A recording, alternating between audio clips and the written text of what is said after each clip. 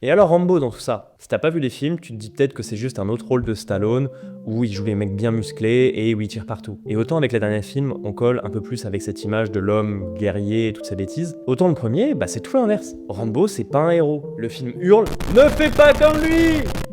Va voir un psy! Rambo, c'est un vétéran du Vietnam, mis au banc de la société depuis la défaite américaine, qu'un shérif va prendre pour cible. Sauf qu'il va réveiller les traumas du personnage et celui-ci va se défendre comme s'il était en guerre. Si vous avez pas vu le film, vous connaissez peut-être la dernière scène culte. C'était pas ma guerre! Vous vous rendez compte qu'on s'amuse de cette scène?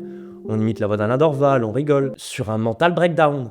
Le personnage de Rambo, l'homme fort, musclé, qui tire partout, le dominant, l'alpha, s'écroule en pleurs en parlant des massacres qu'il a vus.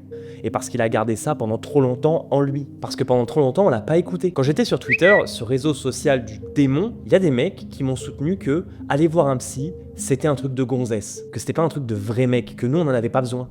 Je le redis, je me rends compte à quel point c'est une dinguerie de dire ça. Mais déjà dans les années 80, on disait et on criait aux hommes d'aller voir des psys parce qu'ils en avaient besoin. En particulier lorsqu'ils avaient vécu des choses dures. Comme par exemple, oui, les vétérans, les victimes de quelque chose, les gens qui juste ont vécu des traumatismes. C'est une dinguerie, waouh, tout le monde devrait aller voir un psy.